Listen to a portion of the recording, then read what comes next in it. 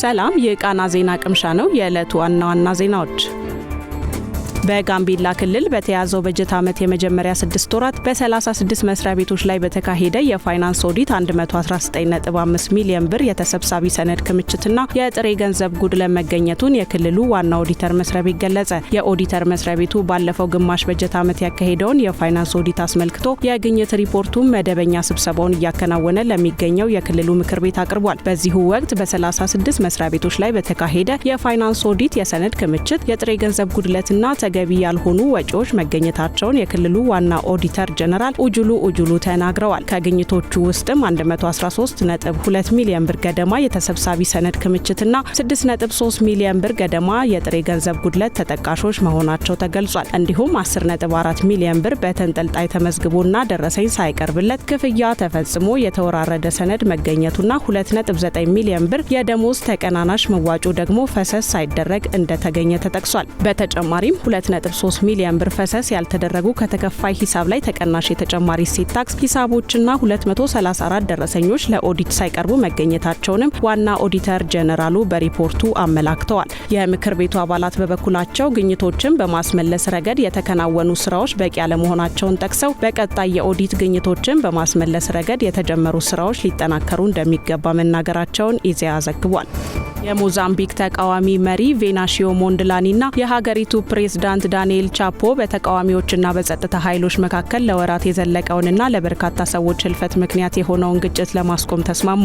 ሞንድላኒ ባለፈው ጥቅምት ከተካሄደው የሀገሪቱ ምርጫ በኋላ ፖለቲካዊ ውዥንብር ውስጥ በምትገኘው የሀገሪቱ ዋና ከተማ ማፑቶ ከትላንት በስቲያ ከቻፖ ጋር መገናኘታቸውን አዣንስ ፍራንስ ፕሬስ ዘግቧል። ከ5 ወራት በፊት በተካሄደው ምርጫም የገዢው ፓርቲ ፍሬሊሞ እጩ ዳንኤል ቻፖ ከብሔራዊ ምክር ቤቱ 250 መቀመጫዎች 171ን ማሸነፋቸው በወቅቱ መገለጹ ይታወሳል። ውጤቱን ተከትሎም የተፎካካሪ ፓርቲው ፓዴሞስ ፕሬዝዳንታዊ እጩ የነበሩት ሞንድላኒ ደጋፊዎቻቸው ለ3 ቀናት በሰላማዊ መንገድ ተቃውሞ እንዲያቀርቡ ጥሪ አስተላልፈው ነበር። የምርጫ ውጤት ተቃውሞ ባስነሳው ግጭትም በሀገሪቱ ከ360 በላይ ሰዎች መሞታቸው ተገልጿል። ይህንኑ ለወራት የዘለቀውንና በመቶዎች ለሚቆጠሩ ሰዎች ህልፈት መንስኤ የሆነውን ግጭት ለማስቆም ተቃዋሚውና የሀገሪቱ ፕሬዝዳንት ተገናኝተው መነጋገራቸውን ኤኤፍፒ ዘግቧል። ሁሉንም ሁከት እናስወግዳለን ሲሉ በማህበራዊ ሚዲያ በቀጥታ የተንቀሳቃሽ ምስል የተናገሩት ሞንድላኒ በህዝብና በግል ንብረት ላይ የሚደርሰውን ውድመት በማስቆም ሀገሪቱ እንድትረጋጋ እድል መስጠት አለብን ብለዋል። አክለውም ፕሬዝዳንቱ ለተጎጂ ቤተሰቦች ማህበራዊና ስነልቦናዊ ድጋፍ ለመስጠትና የታሰሩ ተቃዋሚዎች እንዲፈቱ መግባባት ላይ እንደደረሱ ተናግረዋል።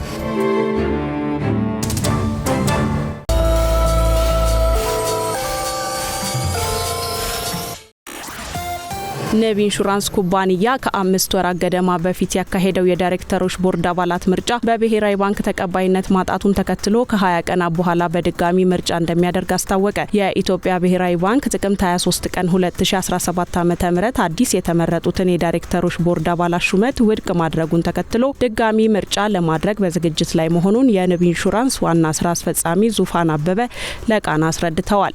ብሔራዊ ባንክ የተደረገው ምርጫ ውድቅ ያደረገው ባሳለፍነው ሳምንት መሆኑን የገለጹት ዋና ስራ አስፈጻሚዋ በህጉ መሰረት የቦርድ አባላት ምርጫ ውድቅ ከተደረገበት ቀን ጀምሮ በ24 ቀናት ውስጥ በድጋሚ ምርጫ መደረግ አለበት ብለዋል። በዚህም መሰረት ከሚቀጥለው ሳምንት ጀምሮ ጉባኤው የሚካሄድበትን ቀን ተወስኖ ጥሪ ማድረግ እንደሚጀመርና ከ20 ቀናት በኋላ የባለድርሻዎች ስብሰባ ተደርጎ እዛ ላይ ምርጫው እንደሚደረግ ገልጸዋል። የኩባንያው ምርጫ አስፈጻሚ ኮሚቴ በቀጣይ የሚካሄደውን የዳይሬክተሮች ቦርድ ምርጫ ሂደት በተመለከተ ለብሔራዊ ባንክ ምላሽ መላኩን ደግሞ የኮሚቴው አባል መንበረ ኃይሌ ለቃና ተናግረዋል። ቃና ከብሔራዊ ባንክ መረጃዎችን ለማግኘት ያደረገው ጥረት አልተሳካም። ኢትዮጵያ የአገር በቀል ኢኮኖሚ ማሻሻያ አጀንዳን ለመደገፍ የሚውል የ28.5 ሚሊዮን ዩሮ የድጋፍ ስምምነት ከፈረንሳይ ልማት ኤጀንሲ ኤኤፍዲ ጋር ተፈራረመች። የድጋፍ ስምምነቱን የገንዘብ ሚኒስትር ዴኤታ ዶክተር ኢዮብ ተካልኝና በኢትዮጵያ የፈረንሳይ ልማት ኤጀንሲ ዳይሬክተር ሉዊስ አንቶይን ሶሼት ተፈራርመዋል። ከአጠቃላይ የድጋፍ ስምምነት ውስጥ 25 ሚሊዮን ዩሮ የበጀት ድጋፍ ሲሆን የተቀረው 3.5 25 ሚሊዮን ዩሮ የቴክኒክ ድጋፍ እንደሆነ የገንዘብ ሚኒስቴር በፌስቡክ ገጹ ያወጣው መግለጫ ያሳያል።